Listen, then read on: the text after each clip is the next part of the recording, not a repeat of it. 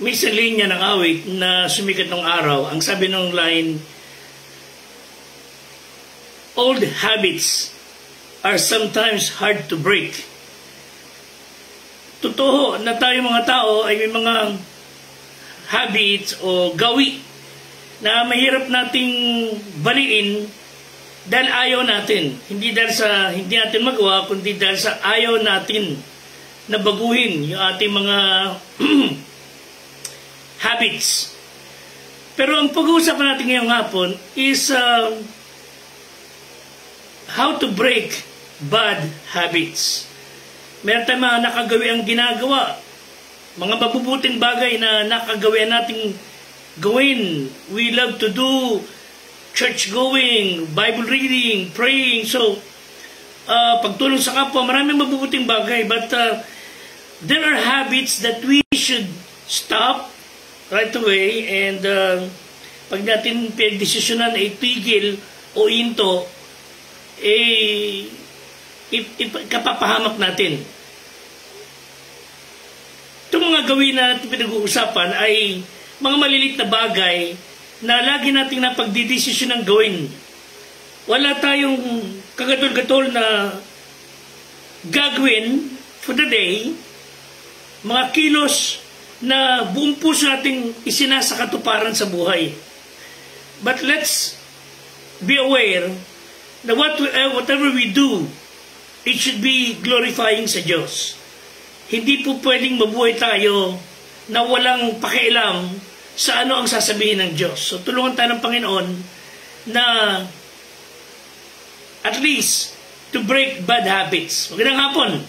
Ito po yung lingkod, Fred de Guzman, ang life coach ng Squad 240 ng Philippine National Police Santa Maria, Bulacan. At again, we thank you for joining us kasama ang aming squad na patuloy na naglilingkod sa ating bayan. You keep on praying for them.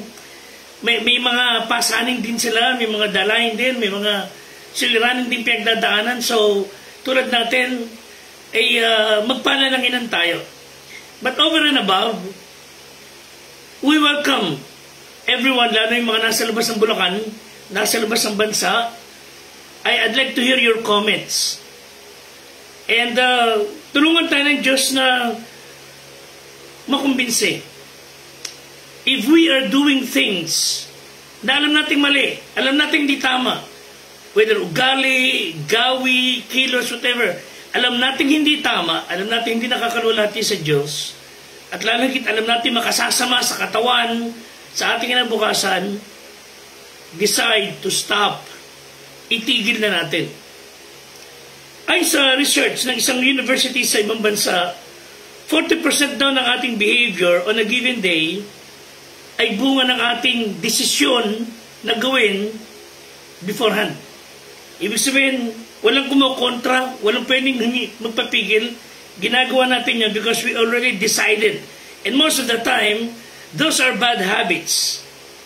Na mga simpleng bagay na ginagawa natin na ang unknowingly to release the stress or to get rid of boredom. Yun ang pinaka medyo may problema ng konti. We do certain things on a given day, hindi natin alam to release the tension, the stress, and the boredom na meron tayo and everything. Mga simpleng bagay. Iba nagkukutkot ng kuko, iba kamot ng kamot, wala naman nangangati. Mga gawi, mga behavior na ayon sa mga nakapag-aral could be a simple response nating mga tao sa stress and boredom. It does not have to be that way. Kailangan i-deal natin itong mga ito dahil kung hindi, magiging parte ng buhay, unknowingly, hindi na maganda ang dating natin sa mga tao, lalo na sa mata ng Diyos. So, we should start learning, doing habits in a healthy way. In a way that is pleasing sa ating Diyos. Of course, nakaka-influence rin ng ating mga mahal sa buhay.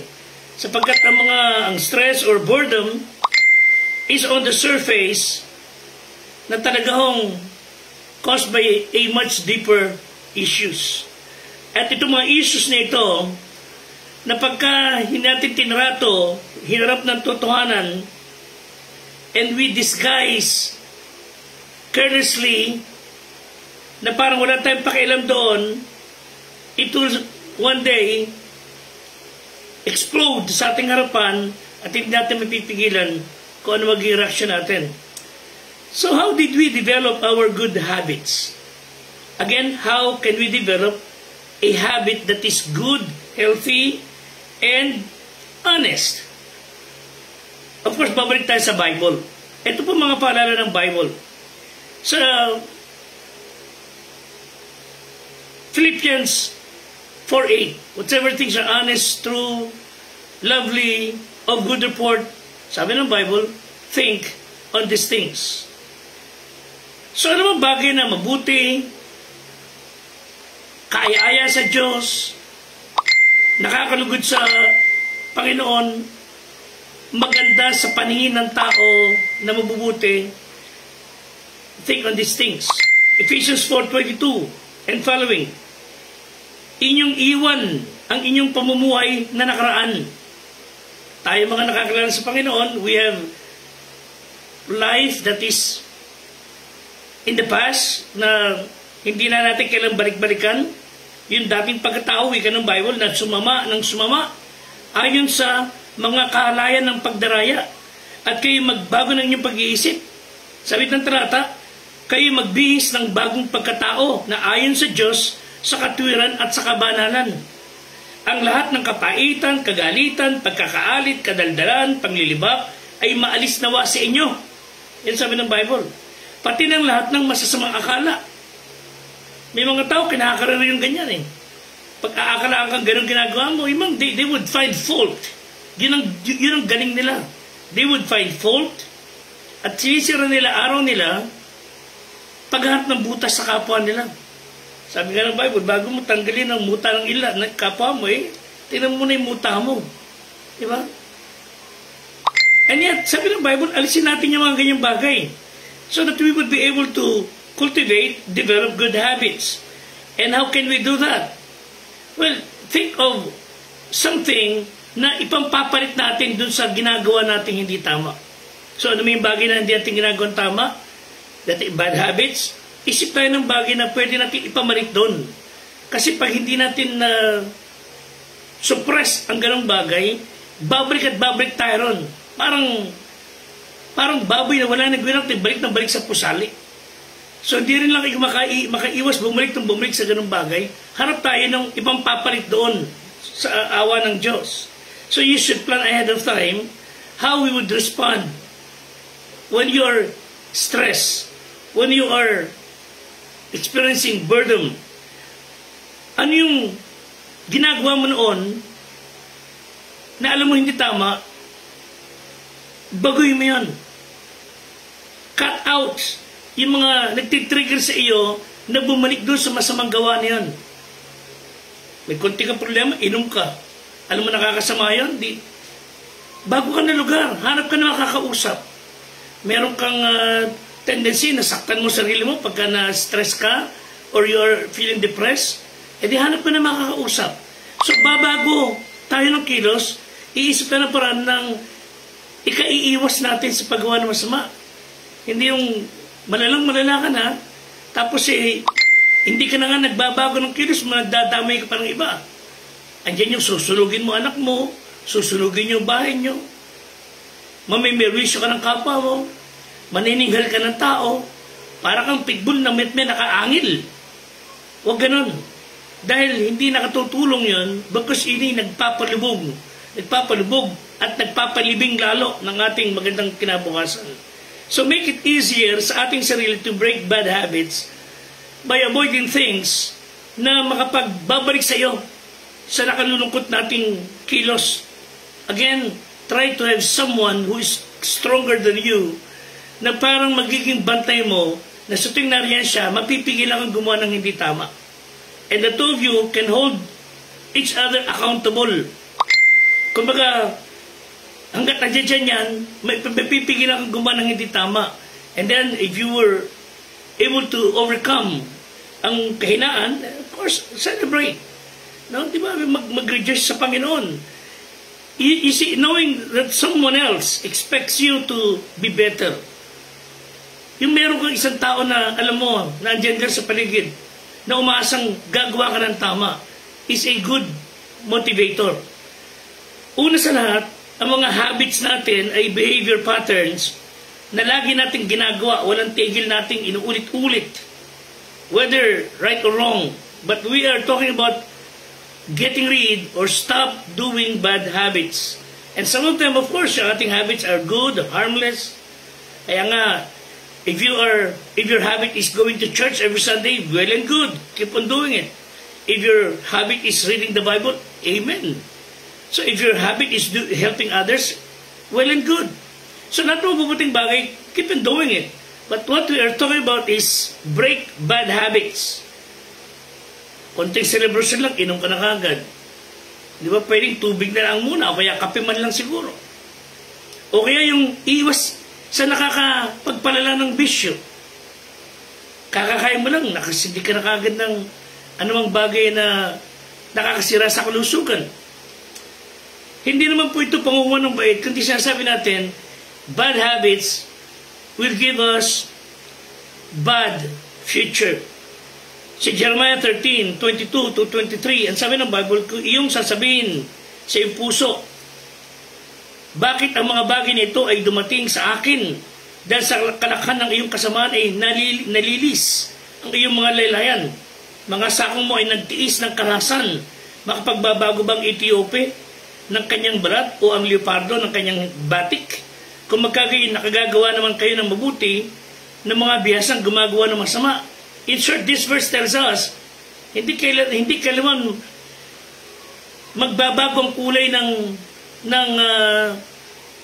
puma na itim, magiging puti. Kung mangyari man yon na yung spot ng Etiope ay mawala o yung balat ng leopardo ay magbago, maari. Pero yung mga taong nahirati na gumagawa ng masama kahit nagagawa ng mabuti, pag hindi tinigilan ang paggawa ng masama, babalik at babalik sa ron.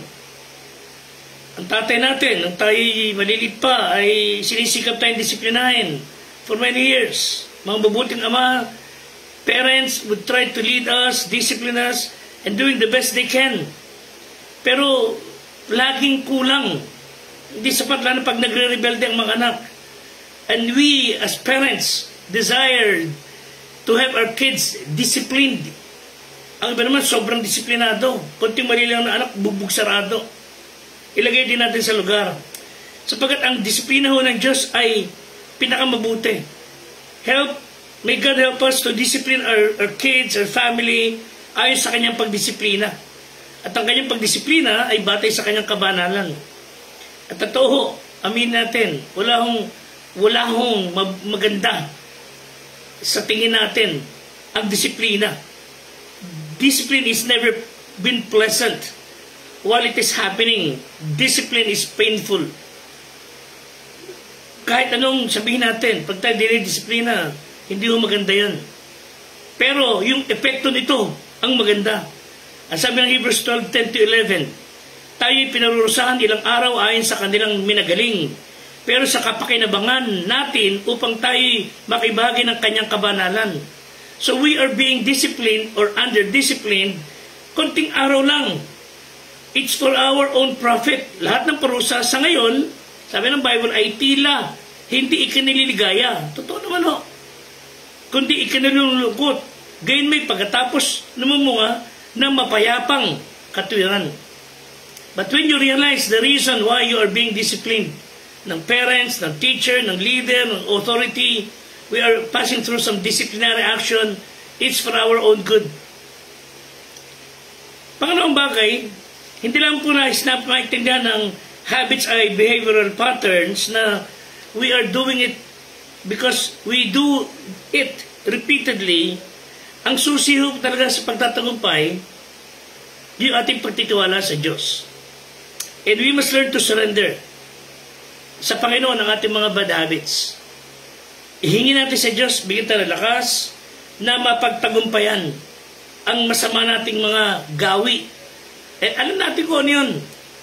Mga masasamang bagay, bisyo, kilos, gawa, even mindset, na lagi na lang, wala nang magaling kundi kayo. Wala nang tama wala nang mali kundi sila.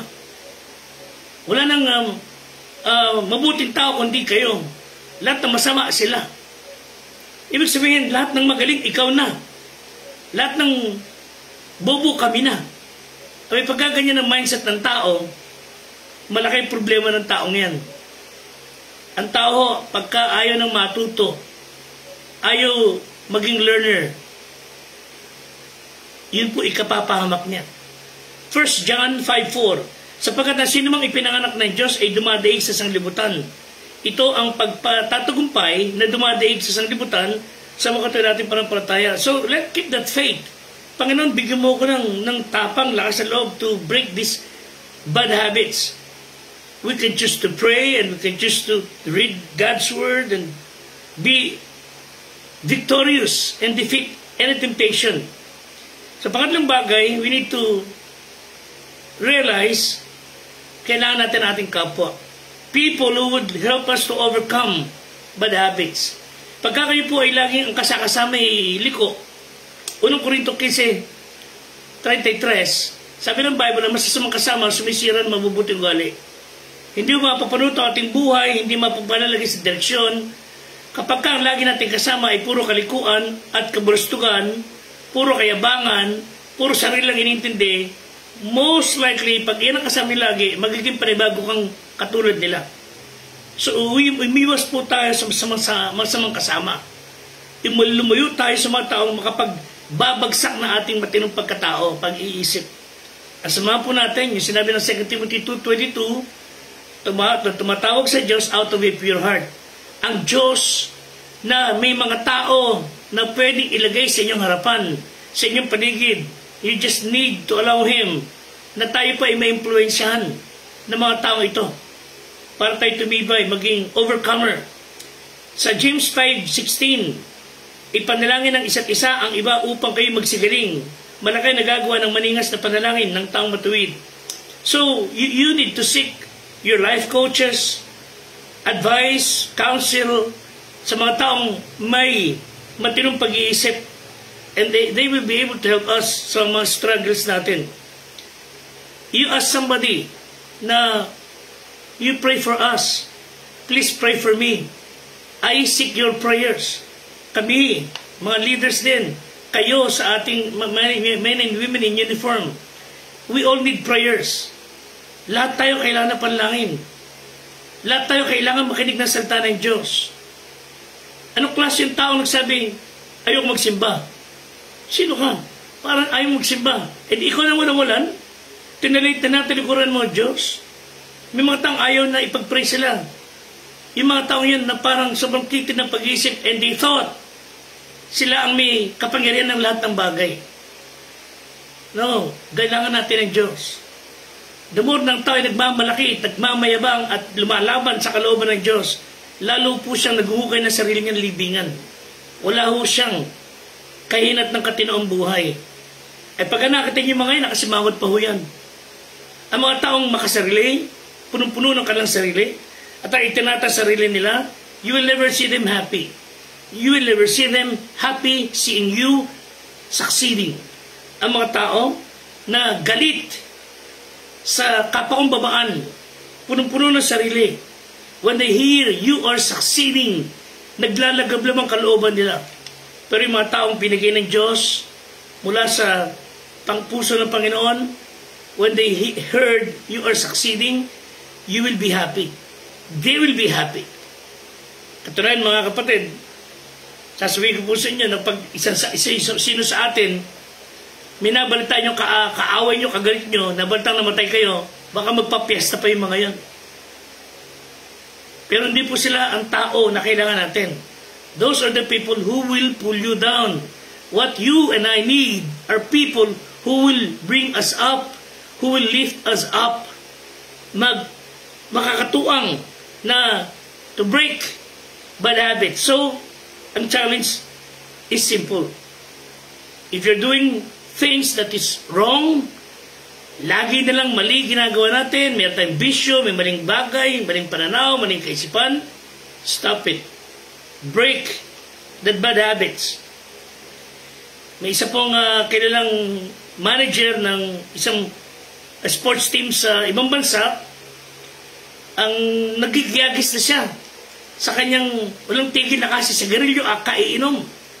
One time it dawned on him, then nagbukas siya ng sigarilyo niya at nakita niya, naalala siya, sabi ng kanyang magulang at sabi niya, sabi ng nanay ko, kada isang stick ng aking sigarilyo, 15 minuto, ng buhay ko nawawala. Isipin mo, ang liit ng bagay, ninanakaw mo 15 minuto ng buhay ko. Sino mas malakas sa atin? Ako o ikaw? Of course, sumagot siya. Ako mas malakas. So he started to get rid of cigarettes. Inom na lang siya. Naalala na naman niya kasi sinabi ng kanyang mga kaibigan na nasisira na kanyang katawan sa kaiinom. At sabi niya, sino nga bang malakas sa atin? Ikaw habang hawak-hawak ka ng kamay ko, ako nang ihina. Who's stronger? Ikaw o ako? Then finally he decided. Tinigil na niya. Ibig sabihin, when we come to that point na ako ay mali ang ginagawa, Lord, help me to walk on the right path. Kailangan po mag-decision tayo. So, our habits are hard to break. Pero, it's not impossible to break. Tulungan tayo ng Diyos na sa kabila ng napakaraming taon na tayo pinahirapan ng ating bisyo o mga habits na hindi tama. Finally, we come to that point. Lord, please help me to break bad habits and I'm sorry. So, pag hindi po natin ginawa yun, tandaan nyo, we are literally being enslaved. We are literally being mastered and manipulated by the beast of habit. Halimaw, nasisira sa ating kinabukasan, pumapatay, sumisira ng ating buhay. So God revealed this truth sa kanyang salita. 1 Corinthians 6:12. Listen, ang lahat ng mga bagay sa akin ay matuwid, ngunit di lahat lahat ng bagay nararapat. Okay, lahat sa tingin nyo okay, but hindi lahat nararapat. Ang lahat ng bagay sa akin ay matuwid, ngunit hindi ako pasasakop sa kapangyarihan ng anuman. So, you say, I am allowed to do anything, but not everything are not good for us. Do not do everything dahil hindi lahat ng bagay nakabubuti sa atin. Kahit na you allowed people to do anything, huwag tayong magpaalipin sa bagay na hindi makakatulong sa atin. Bad habits are common. Sobrang normal lang sa atin yan. Kailangan lang talaga matutunan natin ma-realize, oh, mali ito. At pag hindi tayo nagbago, we have a price to pay. Ika nga, may price po yan, maniningil yan. Ang iba, ang habits ay suspicious, negative kadang isipan, nakangawit na rin mga bagay na mali, mga kilos,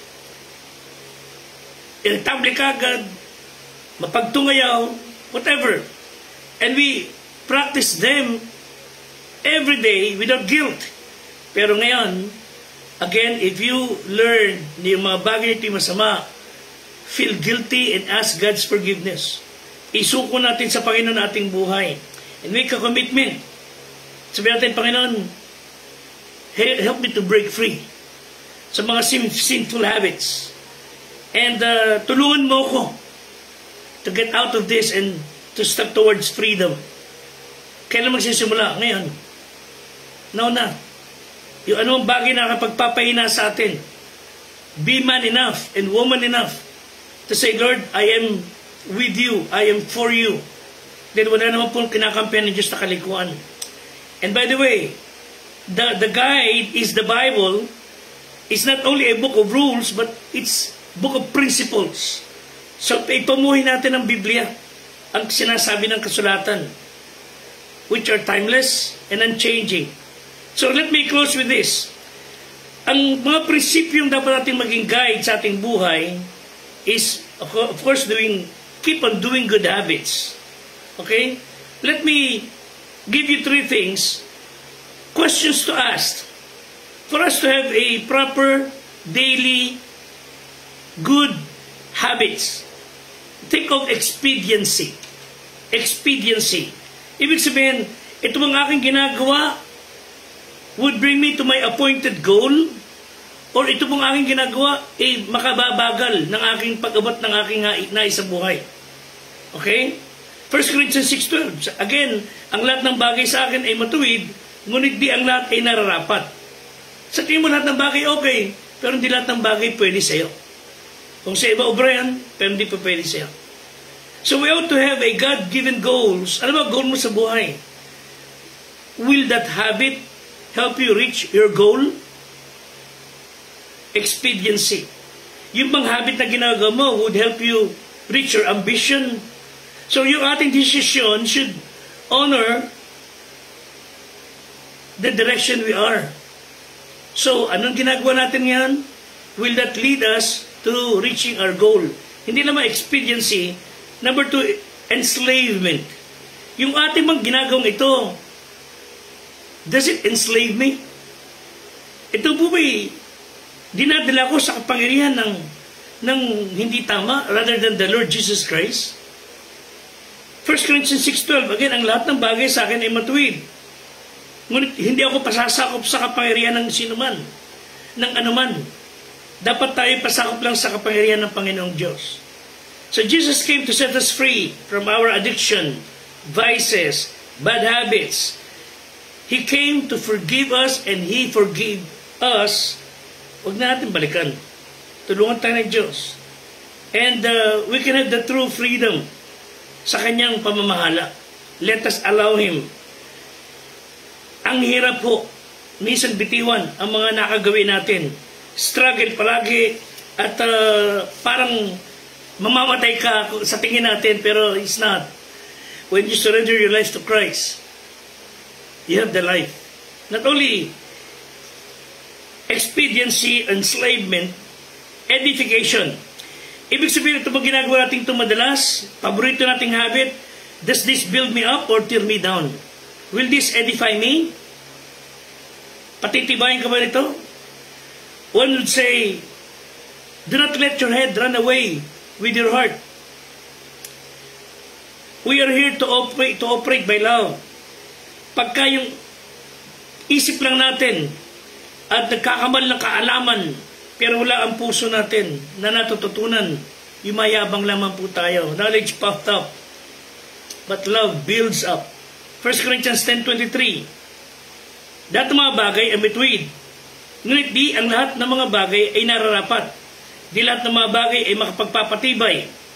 Okay? So everything we do will either build us or tear us down. So think of friendship, relationship, habits, whatever you have. Those things should help us to refresh, renew, restore our life towards betterment. Pang-apat, exaltation. Again, ito mga ginagawa natin ito madalas ay nakakaluwa natin sa Diyos. As simple as that. Kung di nakakaluwa natin sa Diyos, kung di nakakalugod sa Diyos, stop. Colossians 3:17, whatever you do in word or deed, do all for the glory of God. Makakaluwa natin ba sa Diyos? Kung di ho, tigilan na natin. Ang bawat desisyon na gagawin natin should honor God or it will dishonor Him. Tulungan tayo ng Diyos na lahat ng gagawin natin nakakapagbigay papuri sa Diyos. Finally, evangelism. Sa ating mga Kristiyanong tunay, ano ba ginagawa nating habit? Ito ba'y makapag-aakay ng tao sa Diyos? Pagka itong aking ginagawang habit, lagi, pag nakita ng taong ginagawa ko, may ilalapit ko ba sila sa Diyos? Abay, may mga tao na itaboy palalo sa Diyos. May mga taong itinaboy pa nila ang tao sa Diyos dahil sa kanilang masamang pag-uugali. Nakalulungkot to. Wala silang pakialam kung sila makapanisod. Basta sila masunod ng sarili ng gusto. And pananagutan natin yan sa Diyos. Everything we do should bring people to Christ. should get them closer to Him. So sana po, maintindihan natin. And let me close with this. Isang teacher na medyo may edad na, ang inaya niya yung kay estudyante sa gitna ng kagubatan para turuan na isang lesson. At sabi niya, oh, anak, ikaw nakita mo yung punong yan? Yeah, yung bagong sulipot lang po na ganun, sir. Oo, dahil mga sila sandali, o nakita mo yung medyo malaki-laki na. Yan, nakita ko po. Itong isa na medyo malaki-laki ugat na. Yan, nakita ko po. Yung pang-apat, nakita mo, ay, malaking puno na po yan. So, mayroon tayong lesson. Sabi ng teacher, balikan natin yung unang nakita mo. Di ba puno rin yan? Maliit pa nga lang. Bunutin mo. Ha? Bunutin mo lang. Saglit lang, binunot ng bata. So, ano po nangyayari? Sir, balikan natin yung pangalawa. E di, dalawang kami na. Oh, nabunot na. Okay ka lang? Easy. Pangatlo, medyo mabigat-bigat na ho ang pagkakatanim, pagkakaugat. Hindi lang sa dalawang kamay, talagang nagpuwersa na siya. At buong lakas na, nabunot niya yung pangatlong puno. Sir, so what else? Ito, nakita mo yung pinakamalaking puno na nakita natin? Sir, oo, hindi ko kaya kapin eh. Bunutin mo. Ha? Hindi bunutin mo. Siyempre, parang naglulukulon lang, sinikap ng bata, akapin at bunutin. Sir, alam niyo naman, hindi ko kayang bunutin. Ang sabi ng, alam ko naman. Alam mo, tinuturo ko siya, anak, tinuturo niya anak yung bata. Ang mga masamang gawa, pag nagsisimula pa lang, mas madaling bunutin. And as it grows, hindi mo pinitigil, hindi mo inuugatan. Unti-unti, pagka sinikap mong ugatan yan, kaya mong ugatan. But if you will never uproot that old habits, isang araw mas malaki pa sa'yo. Tulungan tayo ng Diyos, mga kapatid, that bad habits. No? Para komportabling kamayan. Ang daling puntan para higaan.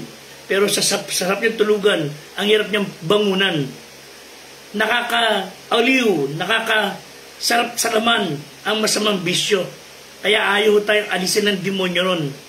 Pero umalis po tayo sa ganung chain of bad habits. Dahil pag hindi na po ito kayang i-uproot, baliin o sirain, those bad habits will break us. So tulungan tayo ng Diyos na magtagumpay. Tayo lahat, kami, lalo na mga leader ng church at ng mga tao, may God help us to break bad habits. Okay, pag-pray po natin patuloy, kaya tayo kailangan magpanalanginan. Ang Squad 240 sa pamunuan ni Patrolman Tyrone Espinosa, Patrolman Reginald de la Cruz, Patrolman Francis Lloyd Legardo, Police Corporal Joderick Benedictus, Police Staff Sergeant Adio Burgess, Police Master Sergeant Fernando Datig, Police Master Sergeant Rudolph Cesar Ramos, Police Master Sergeant Ryan Garcia, Senior Master Sergeant Wilray Guillermo, ang aming squad leader na si Police Executive Master Sergeant si Sir Joseph Aquino. We pray for us as we pray for you. God bless us all and stay humble, stay faithful sa Panginoon, and may God give you peace. Until next time, salamat po.